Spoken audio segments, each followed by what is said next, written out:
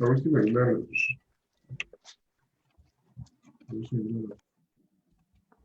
Bien, pues muy buenos días a todas las personas que nos estén acompañando. Esta transmisión se estará realizando a través de distintas páginas dentro del marco de las actividades que tenemos de la jornada de orientación vocacional Iztacala abre sus puertas, decisión con orientación. Entonces es probable que ustedes nos estén siguiendo a través de la página de Facebook de ADN Iztacala, de Relaciones Institucionales Iztacala o bien de Decisión con Orientación.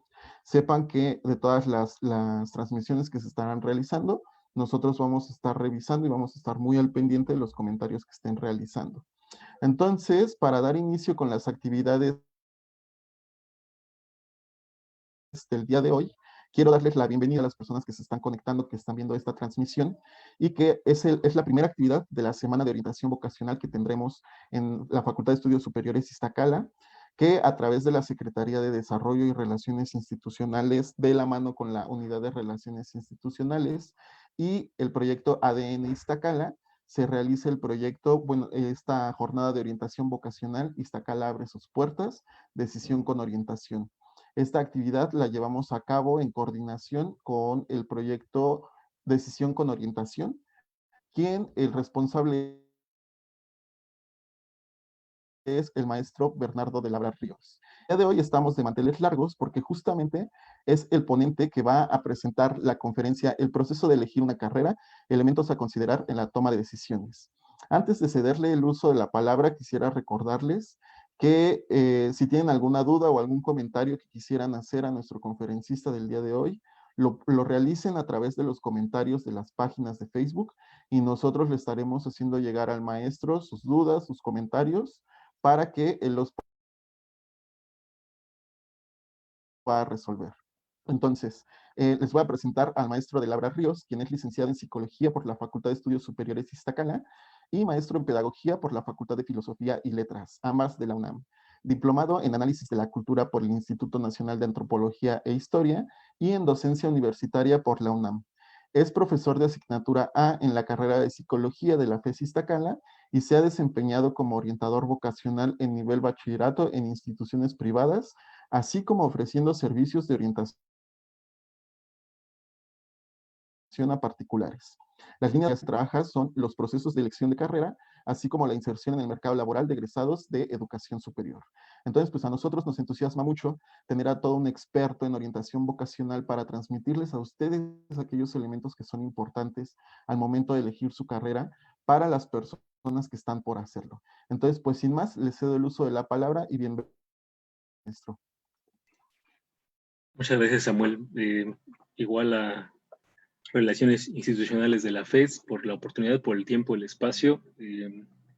La verdad es que es bastante emocionante para mí poder hablar de este asunto que pues, me causa interés desde bastante tiempo. Y como acabas de mencionar, pues también otra cosa que en la que me he metido recientemente es el asunto de la inserción laboral de los egresados. Entonces es un poco un continuum que ahorita en la exposición vamos a ver. Igual en el propio evento, cómo se está organizando, tiene que ver con esta preocupación por qué pasa cuando concluyes una carrera universitaria. Y bueno, la presentación, como ya comentó Samuel, se llama El proceso de elegir una carrera, elementos a considerar en la toma de decisiones. Francamente fue un poco complicado sintetizar tanto para poder hablarlo en un poco menos de una hora. Espero poder ser claro y principalmente también pensando en que pues, la información está principalmente dirigida a chicos de media superior que estén interesados en alguna carrera, particularmente de nuestra facultad de Iztacala, pero pues también para profesores, orientadores, padres de familia y para los propios estudiantes de licenciatura que tal vez estén cuestionando un poco la carrera que están estudiando o que les interesa la psicología educativa, ¿no? Bien, les presento un breve itinerario, les daré una introducción muy chiquita sobre de dónde viene la información que vamos a trabajar hoy. Un segundo momento, hablar sobre la importancia de pensar a la elección de carrera como un proceso. Pareciera un poco simple eso, pero tiene mucha importancia. En un tercer momento, hablar de los elementos, algunos de ellos, insisto, no todo, es bastante complejo este proceso para tomar en cuenta al tomar decisiones en esta elección y algunas reflexiones finales. Entonces, una primera cuestión que me parece importante aclarar es que esta información que presento hoy, con la que conformé esta charla, tiene que ver con 3 cuestiones. Primero, datos de la propia universidad, de nuestra UNAM, los datos que ofrece institucionales, estadísticos sobre ingreso a las carreras y demás, investigaciones recientes sobre el tema, principalmente en México, pero también en otros países latinoamericanos, especialmente en Argentina, porque ya hay mucho trabajo en orientación vocacional que aporta bastante a nuestra realidad social. Y por último, pero no menos importante, sino todo lo contrario, creo yo, las experiencias que hemos tenido trabajando en el proyecto de decisión con orientación durante los últimos meses, trabajando asesorías individuales con bastantes personas con diferentes circunstancias, en diferentes momentos del proceso, que voy a empezar a recuperar un poco para ilustrarles algunas de las cuestiones que les presento el día de hoy.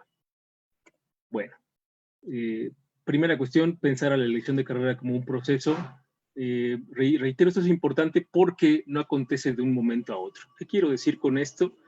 Pues que no es como que en un momentito tengamos claro qué vamos a estudiar, como tener una idea súper clara de un momento a otro. Creo que hemos visto una cosa importante en las asesorías, que es que algunos estudiantes se preocupan porque dicen, bueno, es que todavía no lo tengo pensado, no le he dedicado tiempo, no tengo claro, aunque estoy a punto de acabar la preparatoria. A eso es a lo que me refiero, no acontece de un momento a otro. Y lo siguiente también, todas y todos lo experimentamos en distintos momentos de nuestras vidas. Entonces, aquí la invitación es que no hay una preocupación por estarte tardando para pensar en qué carrera vas a estudiar. Cada quien le dedica tiempo en distintos momentos. Por ejemplo, en el proyecto hemos tenido experiencias con chicos que están a punto de hacer su trámite del pase reglamentado ya este semestre. También incluso con personas de nivel secundaria que ya están preocupadas por en qué bachillerato van a estudiar, qué van a hacer con esa elección para hacer un poco una proyección de qué van a estudiar posteriormente, que se les facilite el paso a la educación superior. Es decir, hay muchas situaciones que nos orillan a pensar en esto en cualquier momento de la vida. No hay un momento específico particular y en ese sentido podemos asegurar que no es que esté mal que tardes en pensarlo o que te adelantes demasiado, no pasa eso, ¿no? Por supuesto, también, insisto, es un proceso porque es algo que acontece durante bastante tiempo en el transcurso de la vida. Reitero, no se soluciona de un momento a otro, puedes tener muchas inquietudes, puedes cambiar de idea. Ahorita voy a aclarar también una cuestión al respecto bien importante sobre la decisión que se toma, que no es definitiva totalmente. Y bueno, una última cosa que también aquí quiero rescatar es que los tiempos institucionales juegan un papel sumamente importante. Eso tampoco se puede negar, ¿no? De hecho, por aquí pongo la imagen del pase reglamentado de este año en la UNAM. ¿A qué me refiero con tiempo institucional? Pues finalmente llega un momento en el bachillerato, por ejemplo, donde la institución te pide que que te pongas a pensar a qué área vas a entrar o qué carrera vas a elegir, cuáles carreras vas a elegir para tramitar tu pase reglamentado, o en el caso de que vengas de una preparatoria que no esté incorporada a la UNAM, pues pensar en el examen de ingreso, al igual que a otras universidades. A eso es a lo que me refiero con tiempo institucional. Entonces, finalmente, si se dan cuenta, es una cuestión muy personal, pero a la vez que está sujeta a cuestiones más institucionales, más de corte social, donde también hay que tener en cuenta esas cuestiones, aunque no son totalmente determinantes, ¿no? Bueno. Otra cuestión bien importante para empezar con esto de cómo concebirlo como proceso, es que es un proceso que aunque implique la toma de decisión de una persona, en este caso del estudiante, es eminentemente social. ¿Por qué? Porque en ella entran en juego muchas personas significativas en diferentes momentos también. Entre las más importantes podemos mencionar a la familia, no solo a la familia cercana, es decir, a los papás o a los hermanos, sino también en ocasiones la familia extensa, los abuelos, los tíos, los primos, a nuestras parejas también en el momento del bachillerato, las amistades, los compañeros de clases, claro que los profesores también. Aquí hablo de los profesores de distintas materias, ¿no? De literatura, de psicología, de ética, de filosofía en el bachillerato, y también los orientadores cuando hay programas de orientación vocacional en las preparatorias, ¿no? O hay talleres. Esto es bien importante, más adelante voy a profundizar porque estas otras personas regularmente generan expectativas sobre lo que el estudiante va a elegir, ¿no? ¿Qué carrera vas a estudiar? ¿A qué te vas a dedicar? No solo es una expectativa en torno a qué vas a estudiar, sino qué vas a hacer después. Y como veremos más adelante, puede implicar también pensar en si esa carrera vale la pena, si tiene valor, si pueden pensar o no que ofrece la posibilidad de un trabajo remunerado adecuado más adelante, ¿no? Y aquí lo interesante también es cómo el estudiante lidia con esas expectativas, porque puede estar en concordancia con ellas o puede estar en oposición a ellas, y eso implica también a veces tensiones y dificultades, ¿no? Y el proceso se vuelve también ya no armónico, ya no es como que acontezca de manera sencilla, sino complicada en ocasiones, ¿no? Con peleas, con disgustos. Eso también lo hemos observado muy frecuentemente en el proyecto, ¿no? Más adelante profundizo en esta cuestión, particularmente con la familia. Y es lo último que planteo, ¿no? Estos otros significativos pueden influir de muchas maneras en los procesos de elección, ¿no? Por supuesto que no es pensar nada más en una influencia buena o mala, son muy diversas, ¿no? Ofrecen información, ofrecen también motivación para estudiar alguna carrera, ofrecen información veraz o no tan veraz, eh, plantean expectativas, exigencias en ocasiones también, ya no solo es una expectativa, sino una exigencia marcada por hacer algo. Y reitero, aquí el estudiante, lo importante es cómo se posiciona frente a esta cuestión. Bien, otra cosa importante que me parece necesario mencionar es que este proceso de elección de carrera es una elección crucial en la vida de las personas. ¿A qué me refiero con esto? A que puede tener implicaciones sumamente importantes porque si eliges una carrera que no coincide con tus intereses o si termina por frustrarte más adelante, pues implica en ocasiones también pérdida de tiempo. Lo hemos visto, incluso, por ejemplo, una investigación que conduje hace unos años sobre esta cuestión de elegir una carrera o terminar una carrera que no elegiste de inicio, pues implica esta idea de que perdiste tiempo, ¿no? Que quieres estudiar algo que sí te interesa, pero ahora ya no sabes qué hacerlo con lo que estás haciendo, tienes que volver a hacer el examen, trámites. Entonces, en ese sentido es crucial. Y también es crucial, por el segundo punto que pongo aquí, porque elegir una carrera implica elegir un estilo de vida. Incluso podríamos decir, implica elegir y formarte para concebir el mundo de una manera muy particular, ¿no? Psicólogos, médicos, ingenieros, arquitectos, toda esa amplia gama de formaciones profesionales ofrecen maneras muy particulares de ver el mundo, de concebir las relaciones con él, de concebir las relaciones con las demás personas, del trabajo, de muchas cuestiones. Entonces, es básicamente elegir un camino para formarte como persona. Tal vez fuera un poco exagerado, pero en serio es así. Es formarte para concebir el mundo de una manera. Entonces, esto va dando idea de que no es una decisión baladí, sin sentido, ¿no? Es realmente importante prestarle atención. Y una última cosa que aquí pongo que hemos visto mucho en el proyecto es que no es una decisión totalmente irreversible. Acabo de decir que es una decisión que puede ser crucial, o más bien que es crucial, pero eso no quiere decir que no pueda revertirla, ¿sí? Hemos recibido en el proyecto muchas personas que están estudiando una carrera, pero cuando van en el segundo, tercer, cuarto semestre, empiezan a cuestionarse si esa carrera es para ellos y se dan cuenta que tal vez no. Recuerdo ahorita casos, por ejemplo, de gente que está en enfermería y piensa que estaría mejor en medicina, o gente que está en psicología y piensa que estaría mejor tal vez en pedagogía, y eso no está mal. De una vez, digámoslo, no está mal. Es una preocupación también de estas personas que han estado con nosotros en orientación individual, porque ellos creen que es una equivocación. Dicen, ¿cómo voy a decirle a mi familia que me equivoqué de carrera? ¿Cómo voy a plantearle a mis conocidos que siempre no voy a ser médico y voy a dedicarme a otra cosa? No es algo que tenga que volverse una situación vergonzosa o difícil, al contrario, es reversible. Claro que tiene implicaciones, pero por supuesto que pueden trabajarse. Y justo aquí comparto un cartel de un evento que la propia universidad recientemente ha organizado. Es un taller, como pueden ver, que organiza la Dirección General de Orientación y Atención Educativa de la UNAM, que se llama Cambio de Carrera, ¿no? Y ustedes ven los temas que trabajan ahí. Es la primera elección, factores relacionados al cambio de carrera, proyecto de vida, encontrando una nueva carrera y tomando una decisión. Porque creo que la universidad se ha dado cuenta que esto es algo que pasa frecuentemente, ¿no? Que no, la primera elección que tomamos no siempre es la definitiva, que no es la adecuada a veces, que también incluso tiene que ver con un proceso que se vivió tal vez tenso, que se vivió difícilmente y entonces terminas en una carrera tal vez por presión o por exigencia de la familia o de otras cuestiones y te das cuenta que no es lo tuyo, ¿no? Y claro que es válido completamente pugnar por hacer ese cambio, ¿no? Bien. Otra cuestión que tiene que ver con esto del proceso de elección de carrera es que se espera principalmente desde la institución educativa que sea un proceso sumamente reflexivo. Eso es una cuestión bien importante porque la verdad es que también hay mucha investigación que muestra que en el nivel medio superior principalmente, pues los estudiantes no siempre dedican tiempo a pensar en esto. porque tienen otras preocupaciones, ¿no? De otro tipo, no solo académicas, también de orden social, relacional. Claro que eso no es que esté mal, más bien hay que pensar en qué se están preocupando los estudiantes de media superior y cómo puedes más bien propiciar que ese proceso sea reflexivo, porque creo que algo que puede quedar claro, y de hecho lo incorporo en las reflexiones finales, al final lo comentaremos, es que hacen falta espacios para propiciar esa reflexión. Y ahí es donde justamente entra en juego la importancia de la orientación vocacional, que históricamente ha tenido presencia en la universidad, pero que lamentablemente por ciertas cuestiones finalmente institucionales, amplias de procedimiento, de la matrícula escolar también, no siempre puede trabajarse de manera personal. Si pensemos en los grupos amplios que tiene la media superior, no solo en la UNAM, sino en cualquier otra preparatoria, es complicado trabajar individualmente con un grupo de 50, 60 personas, no puedes ir uno por uno trabajando con ellos.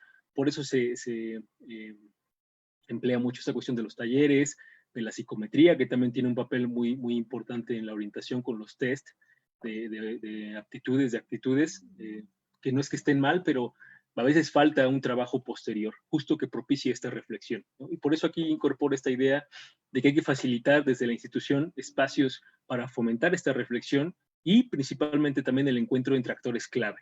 ¿A qué me refiero con esto? Algo que hemos estado también llevando en el proyecto, que otros espacios también llevan a cabo muy exitosamente, que de hecho tiene que ver con esta idea de las jornadas de orientación vocacional de la UNAM, por ejemplo, con esto del estudiante orienta al estudiante. Es importante que los chicos de media superior conozcan a los que ya están estudiando las carreras que les interesan, a los profesores que imparten estas carreras, a los egresados de estas carreras, para conocer de viva voz la información que necesitan. Información hay mucha, como ahorita también voy a profundizar un poco al respecto. Claro que hay mucha en internet, claro que están los planes de estudio accesibles para los estudiantes, claro que están las guías de carreras, pero esa información pareciera que a veces los avasalla, es demasiada y tampoco sabes cómo leerla ni a quién plantearle dudas, porque seguramente surgen dudas, inquietudes, aclarar ideas erróneas, mitos podríamos llamar sobre las carreras, que también ahorita voy a hablar sobre eso. Entonces, creo que hace falta mucho que estos procesos reflexivos se susciten en el encuentro entre personas. Justo por eso aquí incorporo incluso la portada de este evento de las jornadas de orientación vocacional de Iztacala, que se está formulando justo con esa pretensión, de que el estudiante de media superior que esté interesado en una carrera pueda hablar o pueda por lo menos escuchar experiencias de gente que ya la estudió o la está estudiando y gente que está inmiscuido en este espacio para que conozca detalles, para que pueda aclarar dudas que el documento que encuentra en internet no le puede responder por sí solo. Esa es una cuestión sumamente importante. Y por supuesto, el asunto de talleres, del proceso de orientación, el encuentro con el orientador es fundamental. Reitero, este encuentro con actores clave. Bien, hasta acá esta parte de pensar a la elección de carrera como un proceso, y doy paso a hablar ya en particular de los elementos que se deben de tomar en consideración para la toma de decisiones. También, como decía Samuel al principio, les invito a que si tienen preguntas, dudas, inquietudes, comentarios, pues los dejen en las redes sociales para poder tratarlas hacia el final y poder establecer una especie de diálogo que no sea solamente una plática de mi parte, ¿no? Bien, la primera cuestión creo que es fundamental, sigue siéndolo y seguirá siéndolo, es la importancia de la familia. La familia finalmente es ese espacio de socialización fundamental para las personas actualmente, que nos provee de muchas cuestiones, pero también ofrece otro tipo de situaciones, particularmente en relación con este asunto. Aquí destaco 3 puntos principales a tomar en consideración como una invitación a los chicos de media superior y demás interesados en estudiar una carrera en particular y que estén en este proceso de elegir, que tengan en cuenta, que quisiera invitarlos un poco a reflexionar al respecto, ¿no? Una primera cosa es algo que ya mencioné muy brevemente. Desde la familia siempre hay expectativas laborales respecto a una carrera. Seamos sinceros, estudiar una carrera, si bien es cierto que por supuesto ofrece una formación en términos de valores, de ética y de muchas otras cuestiones, también la estudiamos para trabajar.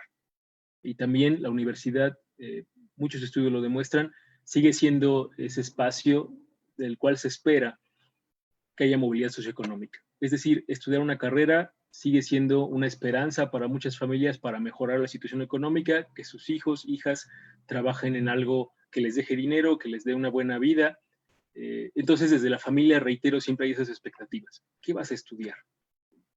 ¿para qué lo vas a estudiar? ¿Te va a dar buen trabajo? La clásica frase, ¿te vas a morir de hambre de eso?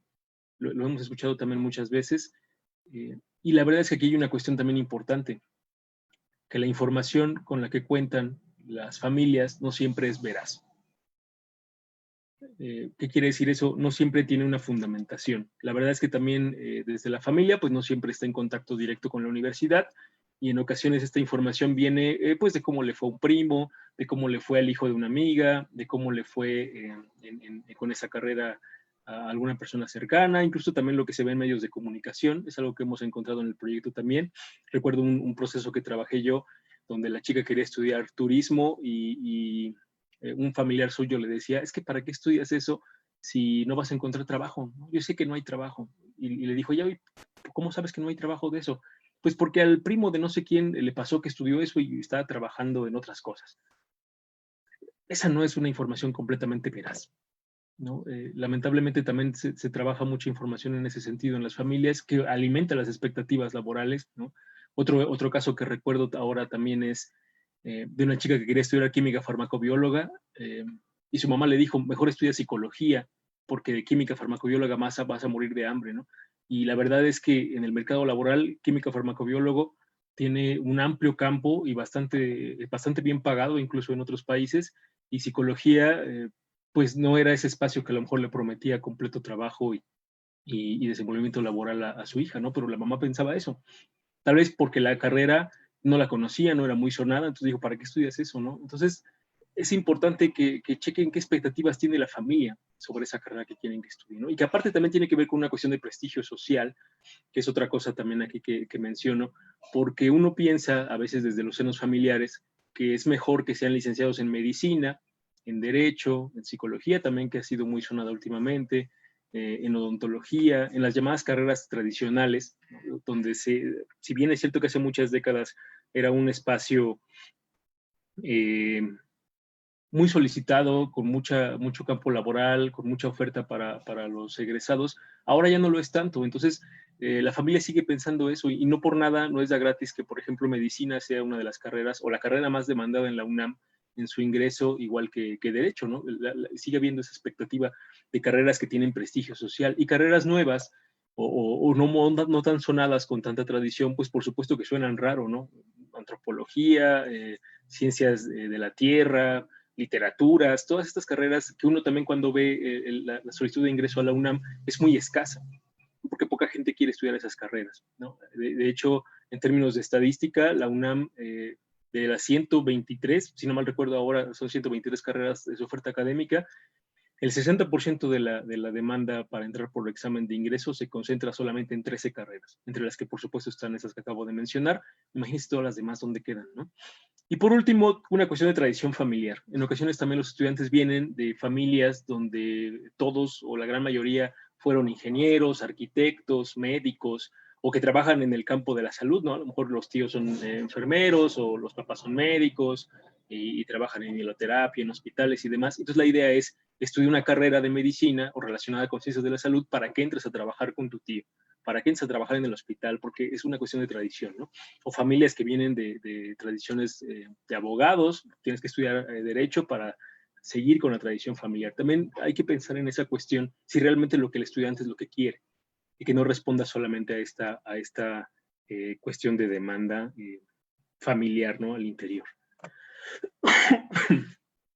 Otro asunto que me parece bien importante tratar y que hemos estado observando muy frecuentemente en el proyecto, tiene que ver con la idea de que para entrar a ciertas carreras hay un conjunto de habilidades, actitudes y aptitudes que son necesarias para entrar a esa carrera. ¿Sí? Aquí lo ilustro con una imagen de un test vocacional porque parece ser que hay una influencia importante de los test para hacer pensar al estudiante que si no cuenta con ese puntaje adecuado en ciertas habilidades, por ejemplo, de lectoescritura o con las matemáticas, no puede entrar a cierta carrera, ¿no? Creo que también el asunto de las matemáticas pesa mucho porque uno piensa que si no es bueno desde la preparatoria y antes con las matemáticas, no vas a poder entrar a actuaría, a una ingeniería o a otra carrera relacionada con las ciencias duras. Y la verdad es que no es así.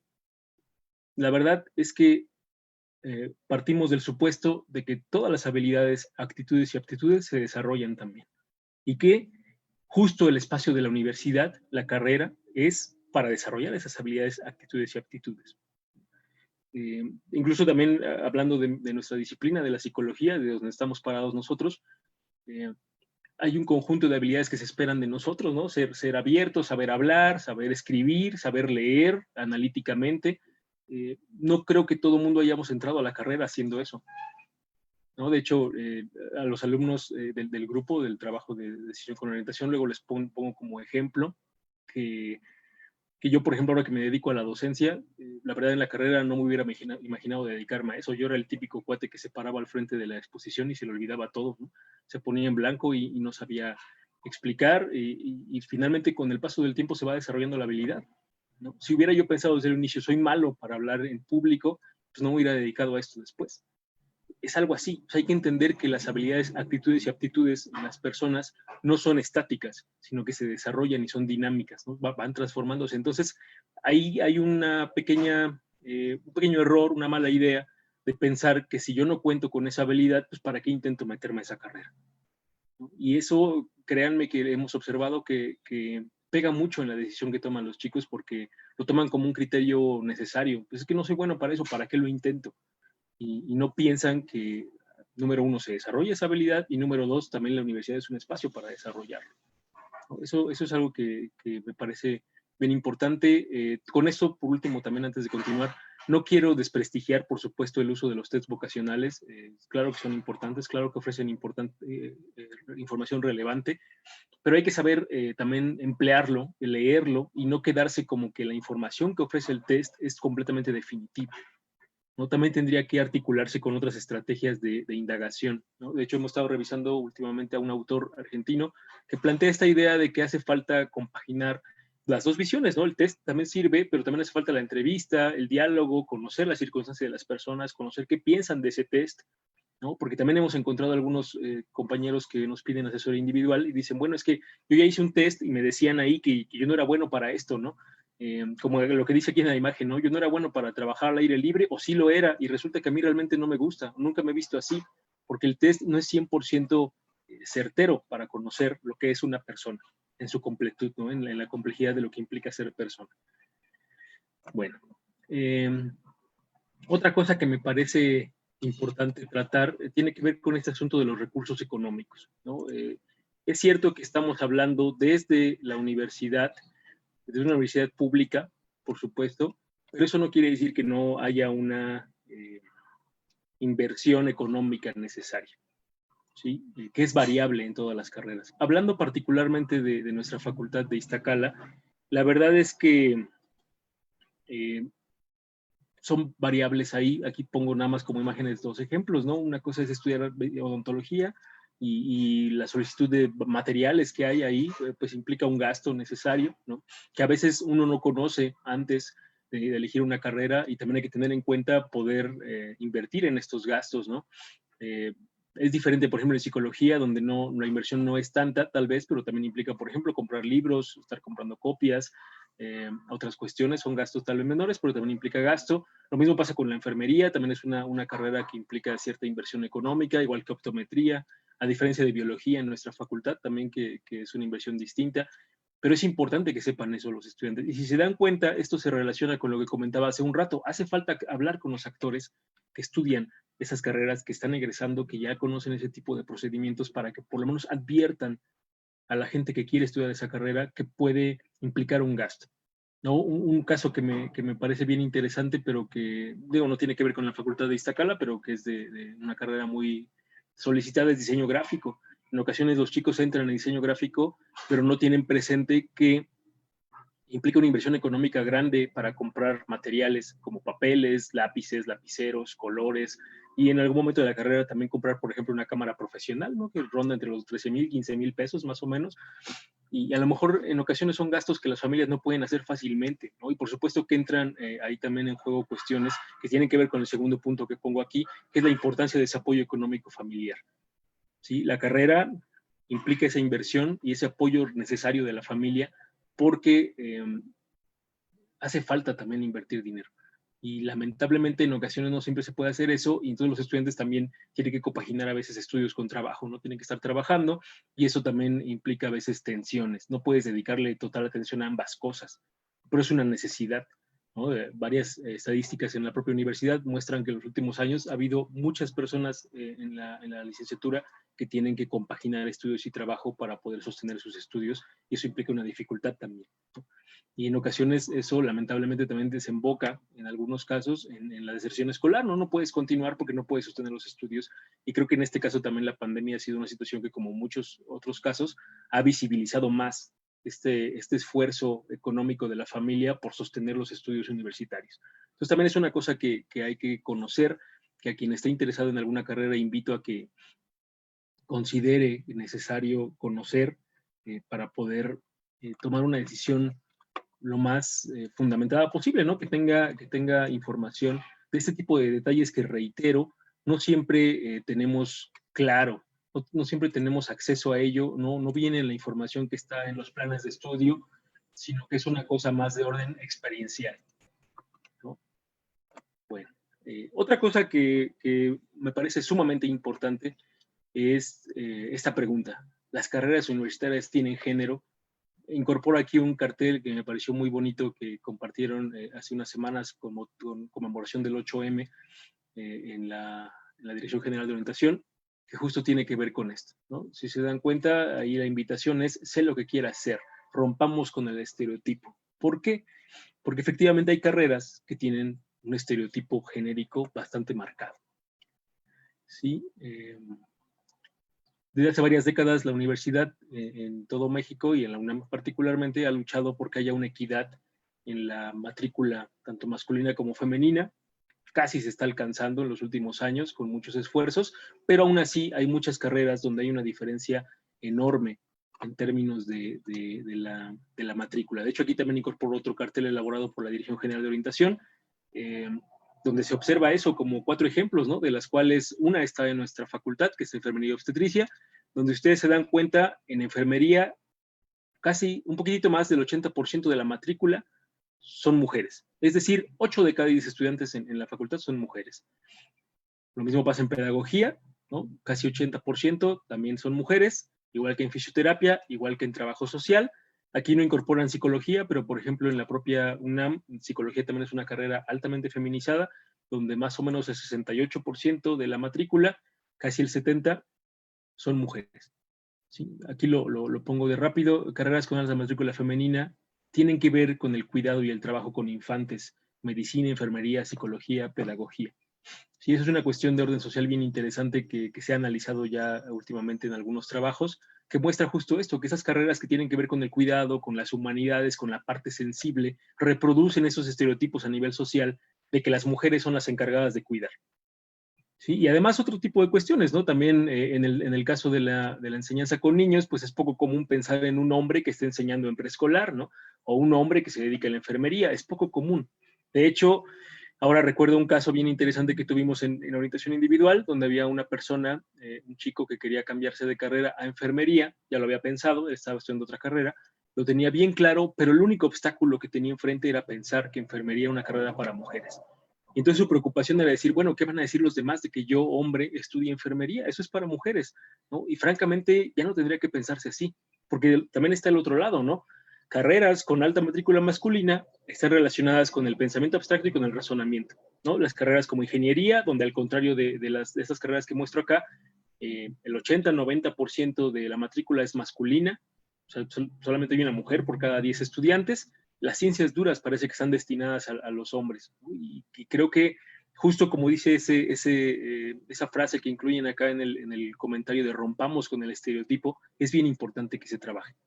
¿Y de dónde se rompe? Desde que los propios estudiantes que eligen la carrera lo consideren, lo piensen y se den cuenta que no tiene que ver con si eres hombre o mujer, eres bueno o malo para ciertas carreras. Es lo mismo que pasa con el asunto de las habilidades. Si tampoco puedes pensar que para ser pedagogo tienes que ser necesariamente mujer porque es el trato con niños y el trabajo con ellos, tampoco es eso. Lo mismo pasa con la enfermería. Sí, es cierto que es una carrera que en gran parte de su campo laboral se enfoca al trabajo de enfermos, de personas con dificultades, pero eso no quiere decir que sea una tarea solamente para mujeres. o no tendría que ser así, ¿no? Entonces, la invitación acá es que piensen en esa cuestión, la gente que quiere estudiar cierta carrera y que considere estas carreras si realmente coinciden con la idea de genérica, ¿no? Y otra cosa en la que también me quiero detener un rato es el asunto de lo laboral. Como decía hace un rato, estudiamos una carrera, sí, y finalmente estudiamos una carrera para trabajar. Y una preocupación importante, repito, tanto de la familia como del propio estudiante es, ¿qué voy a hacer después? ¿Voy a encontrar trabajo? ¿Va a ser difícil? ¿Me van a pagar bien? ¿Cómo va a ser? Esa es una parte, ¿no? Y la otra también tiene que ver con un estereotipo del desempeño profesional. Regularmente tenemos una idea de a qué se dedica ciertos profesionales, pero eso no quiere decir que es una idea veraz. Regularmente es una idea muy parcial, ¿no? Limitada sobre a qué se dedican los profesionistas, ¿no? Bueno, voy punto por punto. Aquí les pongo un cartel un poco sobre algunas cuestiones que también se conocen en lo general como un conocimiento de sentido común, de que cuando te piden como profesionista requisitos para contratarte, pues vienen como en este cartel, ¿no? Que hay que tiene que tener una experiencia mínima de 108 años, tiene que ser proactivo, debe tener título y aparte doctorado, ¿no? Que trabaje bajo presión, que tenga disponibilidad para trabajar, va a ser de tiempo completo, que tenga muy buena actitud, sea creativo y aparte te van a pagar 4,000 pesos al mes, ¿no? Si bien es cierto que tampoco puedo decirles que esto es completamente mentira, porque efectivamente en las últimas décadas el mercado laboral para profesionistas ha sufrido una pauperización muy fuerte en muchos sentidos, incluida por supuesto la estabilidad laboral, las prestaciones y muchas cuestiones. La verdad es que tampoco es como que una sola profesión esté destinada al fracaso laboral, como a veces pensamos, como lo que les comentaba hace un rato, la idea que a veces tienen los papás o las familias de decir, bueno, es que de ese trabajo, de esa carrera no hay trabajo, tampoco es tan absoluto. Tampoco podemos decir que de una carrera no va a haber nada de trabajo, porque ahí viene lo importante, cada carrera tiene campos de desenvolvimiento profesional distintos, donde algunos son más exitosos que otros, ¿no? Pasa como con psicología. Psicología, algunas personas pueden decir es que es una carrera que no tiene mucho trabajo o que ganan muy poco. Es cierto en algunos ámbitos muy particulares, pero en otros no. Todo el ámbito organizacional, todo lo que se dedica a RH, headhunters y demás, tiene pues bastante trabajo, desde lo que más hay oferta laboral prácticamente, igual que el ámbito educativo y clínico. Y además de eso, pues tiene también sueldos bastante atractivos en algunos lugares, claro, por supuesto, con más formación, con especialización, con experiencia laboral, pero no es que no haya trabajo, ¿no? También como psicólogo educativo hay bastante trabajo, mucha gente se dedica a eso, acaba en la docencia, acaba en la orientación, acaba en departamentos psicopedagógicos, acaba trabajando en las evaluaciones institucionales, también hay mucho trabajo ahí. La clínica, también pensando en que psicología, el mismo ejemplo, es una carrera liberal que puede llevarse a cabo fuera de la institución, entonces, pues también puede llevarse a cabo proyectos de consultorios clínicos propios o trabajar en instituciones, hay trabajo. ¿De qué hay? Hay. Tampoco es como tan radical como que no haya trabajo, ¿no? Y otras carreras también bastante nuevas, también tienen poco campo laboral, pero poco a poco van ganando camino, como el campo de las ciencias computacionales, que de hecho ahora creo yo que con este asunto de la pandemia, pues está explotando mucho más ese campo porque es ahora muy necesario. Tan solo lo que estamos haciendo ahora, pues depende de ese tipo de profesionistas, ¿no? Trabajar en las ciencias computacionales. Bueno, y además de eso también viene otra cuestión, lo que comentaba hace un rato, el prestigio social que tiene cada carrera. También hay unas implicaciones ahí importantes porque el hecho de que tenga prestigio no quiere decir que automáticamente tenga un campo laboral asegurado. ¿Por qué? Porque también ahí viene un problema. Hay carreras muy solicitadas, como en el caso de medicina, que se saturan también y cuando egresan hay tanto egresado que no siempre puede ser absorbido por el mercado laboral en puestos profesionales. Eso también es algo que tiene que tomarse en consideración al momento de elegir carreras de este tipo, con cierto prestigio social, ¿no? Ahora, el asunto de la información limitada, pues como se los he estado comentando, es poco fácil acceder a esa información desde el bachillerato principalmente, ¿no? En la universidad tal vez es un poco más fácil con los esfuerzos que hacen las instituciones por establecer vínculos como las bolsas de trabajo y demás, pero en el bachillerato es poco sencillo saber esto. ¿Cómo lo sabes? Pues solamente hablando con los egresados. De hecho, hablando un poco de lo que se va a hacer en este evento, esta semana de la jornada de orientación vocacional, el día de mañana va a haber una mesa de debate de experiencias con egresados, justo porque de ahí viene esa idea. Hay que contactar a la gente de media superior con egresados para que tengan un panorama un poco más amplio, repito, de viva voz de la gente que lo está viviendo sobre el mercado laboral en este caso. ¿A qué me puedo dedicar después si estudio esta carrera o aquella? ¿Qué tanta posibilidad hay? ¿Qué campos laborales hay? ¿Dónde puedo trabajar? ¿En qué tipo de espacios, instituciones? ¿Qué opciones hay? ¿No?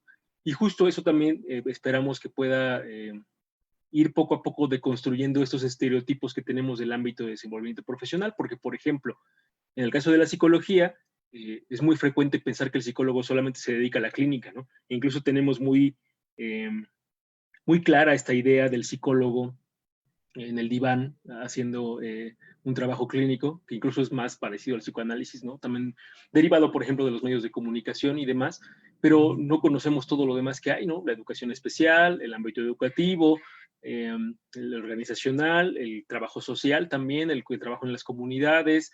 Hay un campo muy amplio de trabajo que no conocemos siempre, ¿no? En el caso de la enfermería, por ejemplo, hace unos meses, en el proyecto de Decisión con Orientación, organizamos unos lives en Facebook conversando con gente egresada y estudiante de la Escuela Nacional de Enfermería Obstetricia de la UNAM, y nos platicaban sobre el campo amplio que tiene la enfermería también de desempeño profesional, que es mucho más allá que solamente trabajar en el hospital, que es lo que siempre conocemos, ¿no? La gente que apoya casi como el ayudante del médico, ¿no? Que tampoco es del todo cierto, por supuesto.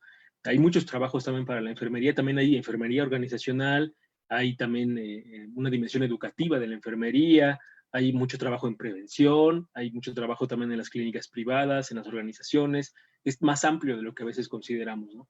Lo mismo pasa también con la biología, ¿no? Otra carrera de nuestra facultad, de Iztacala, que no siempre sabemos a qué se dedican los biólogos, pensamos que no hay trabajo de eso, pareciera que no hay trabajo más que ser maestro, tal vez de secundaria, de preparatoria, y la verdad es que no es cierto, ¿no? Y lo mismo pasa con la medicina. A veces solamente pensamos que se dedican a trabajar en un consultorio o que se dedican a trabajar en hospitales, y también hay otros espacios distintos. Y la odontología lo mismo, porque además hay que agregar una última cuestión.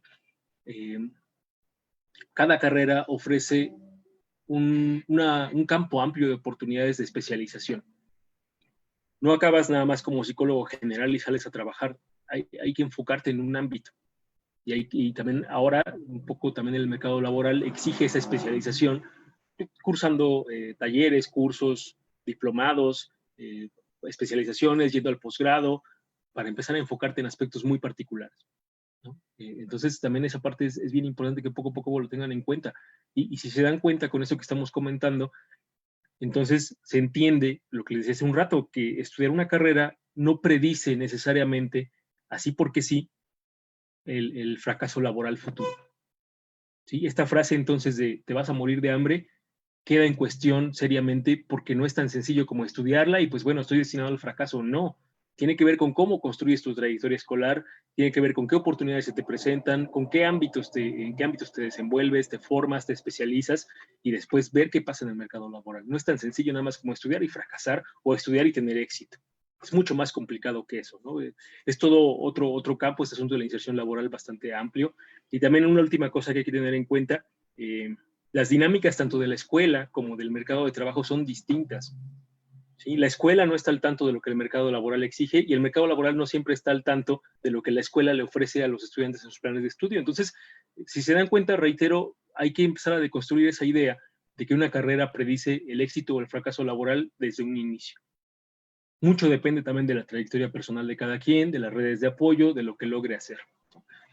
Y eso me lleva al último punto, ¿no? ¿Qué dudas tenemos sobre la inserción laboral? Pues reitero, ¿de qué manera puedes trabajar esa cuestión? Pues acercando a los estudiantes de media superior principalmente a esas personas que ya trabajan ahí, para hablar directamente con ellos, para establecer diálogos, para comentar. Incluso también en un sistema ideal tendríamos que hablar también con los empleadores. ¿Qué espera el empleador de mí, egresado profesional de un plan de estudios particular?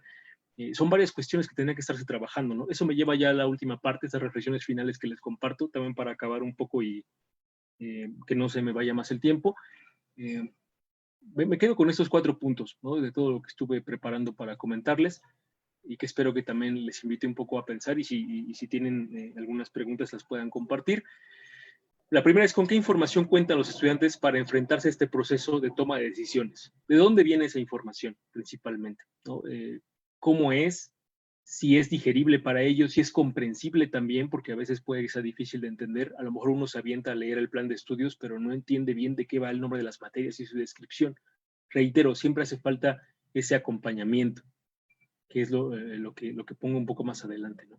En segundo lugar, ¿qué tan veraz es esta información? Reitero, esa información también está constituida sobre ideas preconcebidas, sobre experiencias de otras personas, sobre incluso información que viene de los medios de comunicación. Hay que tener en cuenta ese asunto, ¿no? Por otro lado, también la complejidad de este proceso vuelve imprescindible que haya un trabajo de acompañamiento para los estudiantes. Eso es fundamental. Y esto de hablar del acompañamiento implica necesariamente que los profesionales, sean los profesores o los orientadores, estén siguiendo ese proceso junto con los estudiantes para poder ayudarles a interpretar, a leer la información. O sea, reitero, no puedes darle solamente el resultado del test, no puedes darle solamente los planes de estudio para que el estudiante lo lea y lo comprenda así como así. Hace falta un acompañamiento. Claro que es importante pensar en cómo podría llevarse a cabo, pero tiene que trabajarse de ese lado, ¿no?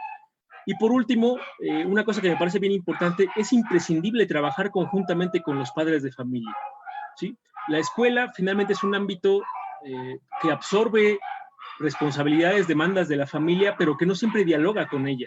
Y entonces, lo que pasa en la escuela a veces está desconectado de lo que pasa en la familia, y lo que pasa en la familia no siempre conoce lo que pasa en la escuela. Entonces, creo que este acompañamiento tendría que ser llevado también conjuntamente con la familia. Saber qué está pensando la familia, particularmente los padres, qué está esperando, qué busca y qué exige a sus hijos para poder llevar a cabo un trabajo que sea lo más holístico posible y que dé realmente productos valiosos, enriquecedores para la gente que toma estas decisiones. Y bueno, pues eso sería todo de mi parte y espero que podamos ahora discutir un poco más. Gracias, Sam. Muchísimas gracias, maestro. Yo creo que estoy seguro que esta información que nos estás proporcionando servirá de mucho para la gente que está por tomar una decisión con respecto a la carrera que van a elegir. Y con ese tema, pues tenemos algunas preguntas a través de nuestras redes sociales que han hecho las personas. Por un lado, Fernanda Piña pregunta que había escuchado sobre cursos propedéuticos introductorios para ver lo que se trabaja en cada carrera, sin embargo, no los ha podido encontrar. ¿Se están impartiendo? Que yo sepa, los cursos propedéuticos solamente son para algunas carreras con prerequisitos en la UNAM, ¿no? Particularmente, por ejemplo, talleres, ciencias relacionadas con el teatro, música, ahí hay cursos propedéuticos, pero, por ejemplo, en Iztacala, francamente desconozco si haya cursos propedéuticos. Creo que no los hay, ¿o sí, Sam? No, en Iztacala no tenemos cursos propedéuticos para ninguna carrera. De hecho, como bien mencionas, maestro, pues es un requisito de ingreso para algunas carreras, pero no es como tal como una antesala de lo que tienen que esperar en las carreras. Sí, sí, sí. También Andy nos pregunta si hay talleres o cursos o cualquier tipo de orientación para profesores con el objetivo de sensibilizarlos ante estos estereotipos de género. A veces ocurre que hay tanta discriminación que los alumnos o alumnas terminan por abandonar la carrera o cambiarse. Resalta, es pregunta. Entonces, si hay algún curso o algo por el estilo con respecto al género. Pues por lo que he visto en este último par de años, tal vez, o 3 años, desde que la UNAM tomó en manos la propuesta de elaborar proyectos más sistemáticos de trabajar la cuestión de género, sí ha habido varias propuestas de cursos, de talleres. Por ejemplo, desde CU ha habido varios en la pandemia, incluso ha habido varios para ayudar a reflexionar a los docentes sobre cómo la perspectiva de género ayuda a comprender las limitantes que viven los estudiantes en la educación en línea, pero tal vez ahí el problema es que esos cursos y talleres suelen ser opcionales. Entonces los docentes pues no se ven obligados a tomarlos, sino necesariamente hay como una participación plena en ese sentido, ¿no? Tal vez tiene que ver más con eso, ¿no? Que tiene que ser como una intención del propio docente. Aunque creo que en ese sentido sí sería importante, aunque también se vuelve una tarea bastante complicada si lo pensamos con detenimiento, ¿no? Intentar trabajar con cada profesor para sensibilizarlo respecto a esta cuestión del género, cuando ellos mismos, la mayoría que son de generaciones bastante anteriores, fueron formados bajo esa idea, ¿no? Entonces también es un poco luchar contra incluso estereotipos realmente arraigados en la concepción de las personas, ¿no? Yo creo que sí es una tarea bastante complicada que, por supuesto, tendría que llevarse a cabo en algún sentido, ¿no? Claro que sí, justamente uno de los retos más importantes, como bien mencionas, maestro, pues es que está en términos de la disposición que cada profesor o cada persona pueda tener con respecto a tomar estos cursos. Y de hecho, por ejemplo, hay un esfuerzo por parte de Igualdad UNAM, que está estructurado, la UNAM está en este momento realizando varias actividades con el objetivo de modificar esta circunstancia que desafortunadamente ha prevalecido en muchos de nuestros espacios. Entonces, incluso lanzó una convocatoria para empezar a analizar las alternativas de difusión de estas actividades, el cómo poder hacerlos llegar a cada uno de los espacios universitarios. Y una de las circunstancias que también, bueno, esta información la pueden encontrar en la página de ADN Iztacala, la compartimos desde Igualdad de Género. También otra pregunta, maestro, es ¿cómo podemos hablar con nuestra familia de lo que queremos estudiar, aunque no sea lo que esperan? Esa es una excelente pregunta. De hecho, si se piensa en términos generales, se trata de una cuestión de negociación, que por supuesto trastoca otro tipo de situaciones como la relación interpersonal que hay entre hijos y papás, ¿no? Hay relaciones bastante abiertas, muy abiertas al diálogo, pero también hay relaciones bastante distantes o donde el diálogo se vuelve difícil. Entonces, por un lado, tendría que haber, reitero, con esta idea del acompañamiento que les planteaba, tendría que haber un acompañamiento, una guía para identificar qué tipo de relaciones establecemos en nuestra familia con nuestros papás, ¿no? Para saber, de ese modo, un poco establecer estrategias y llevar a cabo el diálogo. El diálogo no siempre se puede llevar hablando. Hay papás que tal vez son renuentes a dialogar, a sentarse a platicar con sus papás, con sus hijos directamente. Entonces, por un lado, tiene que haber maneras de proponer el diálogo. Y en segundo lugar, tal vez tendría que haber justamente intervención, por eso decía el trabajo conjunto con la familia, intervención del profesional como mediador para ese diálogo, ¿no? Porque en ocasiones, reitero, bajo estos esquemas en los que no podemos siempre hablar abiertamente con nuestros papás, se vuelve complicado porque no es fácil decirle que esa carrera que mi papá me está pidiendo o me está exigiendo tal vez ya que yo estudie, no es lo que yo quiero, o que su idea que tiene de lo que yo quiero hacer no vale la pena, porque también vienen esos comentarios que por supuesto desmotivan, ¿no? Que te digan te vas a morir de hambre, esa no es una carrera, eso no vale la pena, o esa idea, incluso también hemos escuchado esos comentarios de estudio una carrera de verdad, ¿no? Y viene este cuestionamiento de acá, hijo, y lo que quiero hacer entonces no es de verdad. Creo que eso también tiene que trabajarse en términos de diálogo, justo porque puede desmotivar y puede llevarte a decir, bueno, pues ¿para qué lo hago, no? Si ni siquiera me apoya mi familia. Entonces, creo que sí tiene que ver con establecer primero estrategias de diálogo, tal vez en casos severos hablar con este asunto del acompañamiento, del apoyo del profesional, porque no es fácil hablar directamente con los papás. Creo que diría eso. Y un poco también hacer, tal vez a manera de comercial, el taller que se propone para esta semana sobre justo relaciones interpersonales y elección de carrera, ¿no? La idea de dialogar sobre este asunto y ayudar al estudiante a hacerse de estrategias para tratarlo cuando enfrenta este tipo de situaciones en casa principalmente. Sí, por supuesto que quienes estén interesados en los talleres, en nuestras páginas, en las tres, Decisión con Orientación, ADN Iztacala y Relaciones Institucionales Iztacala, en la difusión del programa, ahí se encuentra el formulario en donde se tienen que inscribir para formar parte de estos talleres que seguramente les van a brindar más información. Otra pregunta, maestro, es ¿dónde se puede encontrar información confiable sobre las diferentes licenciaturas o carreras que se ofertan en la UNAM?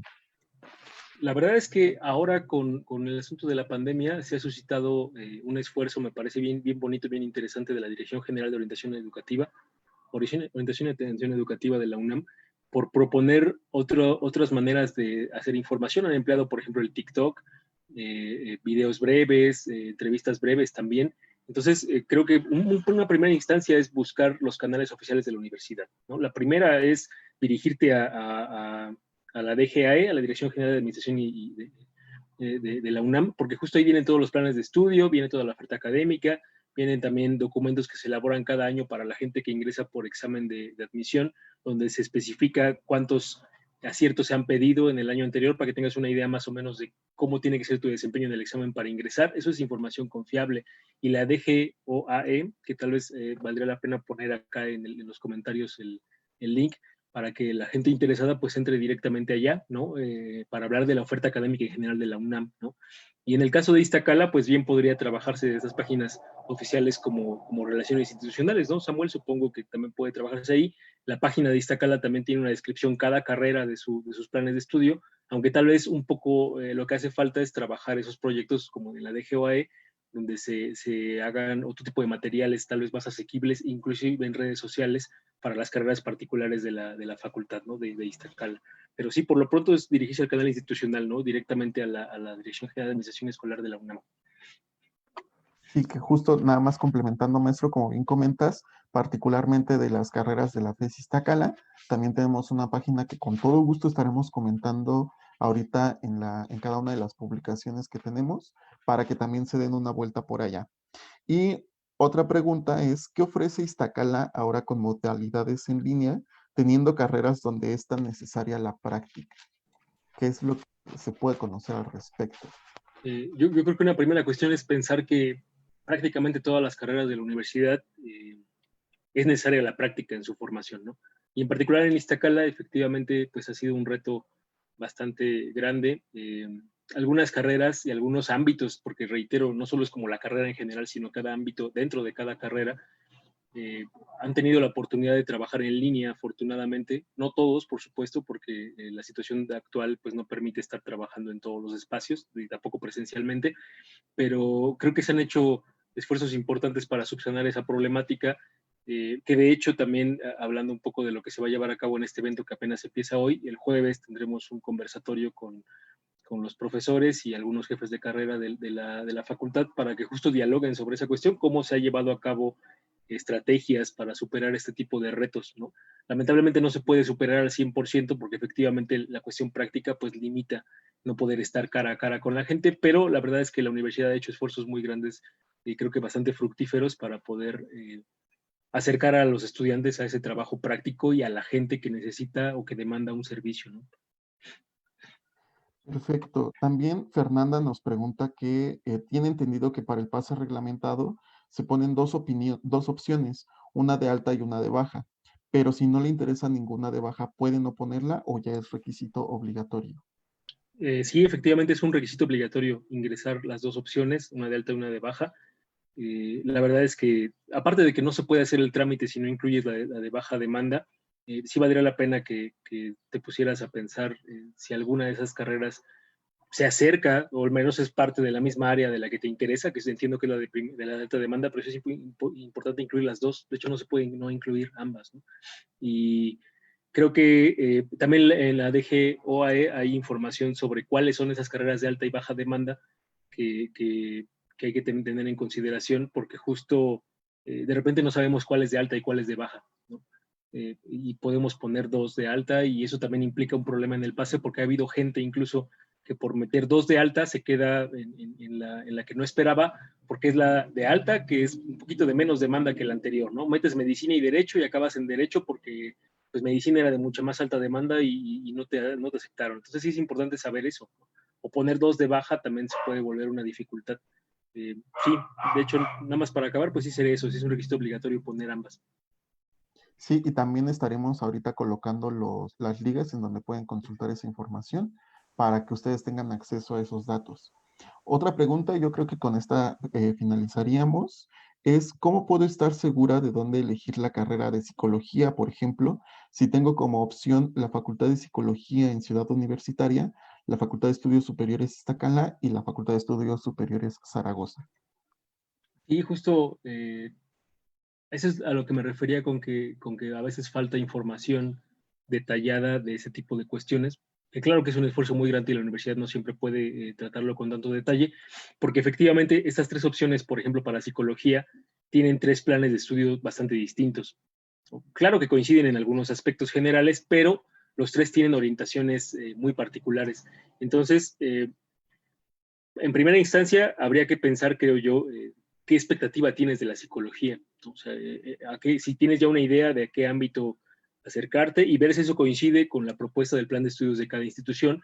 Y en segundo lugar, leer el plan de estudios con detalle. Y reitero, ahí está la importancia del acompañamiento, porque si yo lo leo, requiero de alguien que me aclare las dudas que derivan de esa lectura, porque pues, siendo estudiante de media superior no tengo el conocimiento amplio, vasto, para entender a qué se refiere cada materia o de qué se refiere cada ámbito.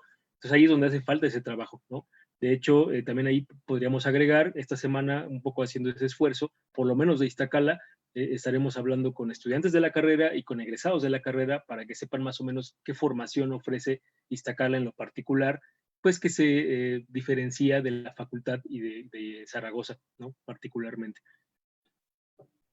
Claro que sí, y justamente, como bien mencionas, maestro, uno de los esfuerzos que hacemos para tratar de acercar más información, que ellos conozcan, a lo mejor ahí aparece prácticas de laboratorio, pero no saben a qué se refiere exactamente.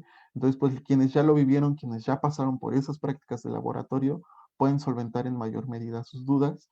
Los invitamos a todas las actividades que vamos a tener en la jornada de orientación vocacional. Esta es nuestra primera actividad, vamos a seguir con otras actividades a lo largo de la semana.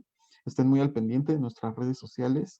Agradezco mucho al maestro Bernardo por apoyarnos con esta coordinación, al proyecto de decisión con orientación, por todas las actividades que estamos desempeñando en conjunto y estén muy al pendiente de todas nuestras redes sociales para que reciban toda la información necesaria.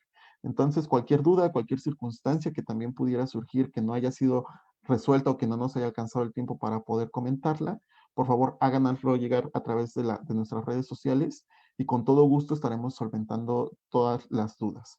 Entonces, pues muchas gracias, maestro. Muchas gracias por compartir todo este conocimiento, toda esta información. ¿Algún mensaje final que quisieras darle a las personas que nos están viendo? Pues gracias a ustedes por el espacio, a la gente que se conectó, espero que haya sido de ayuda. Y como tú decías, claro que hace falta, quedan cabos sueltos, ¿no? Incluso preguntas, y si la hacen llegar, pues con todo gusto podemos dedicarle tiempo para contestarlo. Incluso también aquí en la última diapositiva, pues les agregué tanto mi correo como las redes y los espacios del proyecto de edición con orientación, y conjuntamente con ADN Iztacala y las relaciones institucionales, pues estar al tanto de las dudas que aparezcan y que surjan a partir de esta cuestión, ¿no?